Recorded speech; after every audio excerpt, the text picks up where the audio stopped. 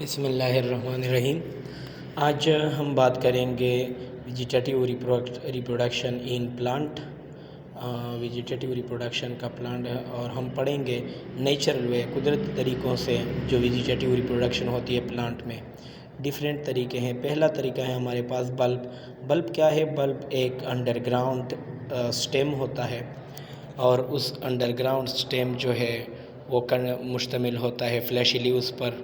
प्याज आप लोगों ने देखा होगा, जिसके गिर्द जो है वो खुराक से भरे हुए लीव्स होते हैं और ये लीव्स जो है इसको काटते वक्त बहुत आंसू भी आते हैं।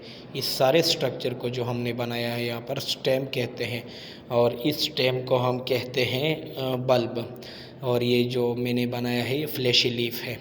तो ये फ्लैशी लीफ इसके गिर्द लिपटे होते हैं और जो रूट होते हैं जो स्टेम से राइस होते हैं निकलते हैं उसको हम एडवेंटिशियस रूट कहते हैं।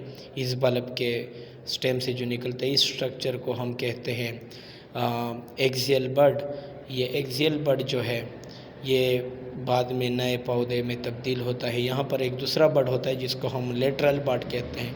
ये भी दूसरा नया पौधा बनाता है और न्यू प्लांट में कन्वर्ट हो जाता है एक्सियल बड और एक्सिलरी बड, लेटरल बड। इसके बाद हम पढ़ते हैं नंबर 2, स्टेम से जो दूसरी कर्म से भी वेजिटेटिव रिप्रोडक्शन होती है। कर्म क्या है?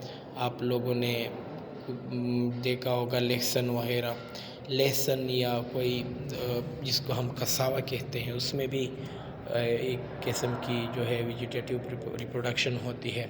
ये अंडरग्राउंड स्टेम होता है, इसके गिर्द फ्लैशी लीव्स नहीं होते प्याज की तरह और इसके गिर्द डॉटर कॉर्म्यूल्स होते हैं। इसके ऊपर जो है वो स्केल लीव्स होते हैं और स्केल्स भी होते हैं। इस सारे स्ट्रक्चर को नोड्स भी होते हैं और इस सारे स्ट्रक्चर को हम क्या कहते हैं?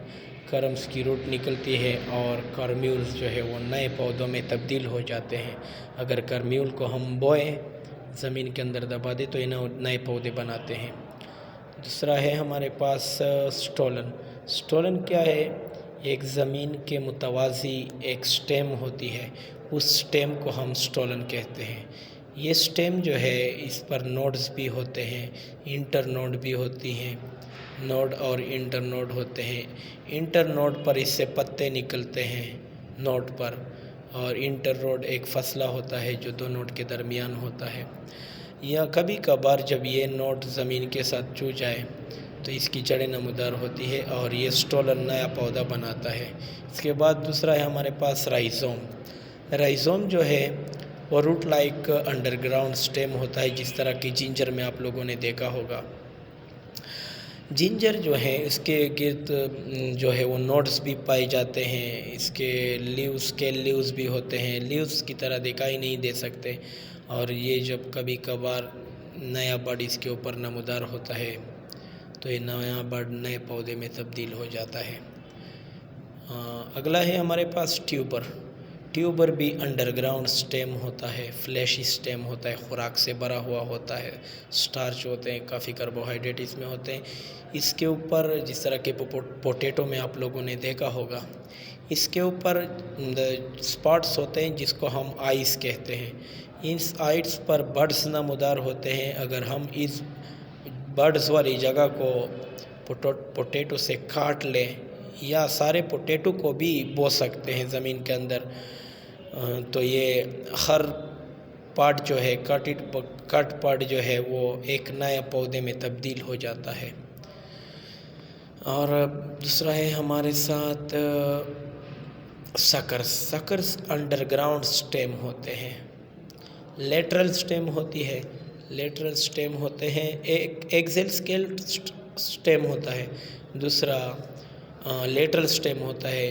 ये क्लोज टू ग्राउंड ज़मीन के करीब स्टेम होता है। जिस तरह के ऊपर है हमारे साथ एयर और नीचे है हमारे साथ ग्राउंड यानी ज़मीन सॉइल मौजूद है।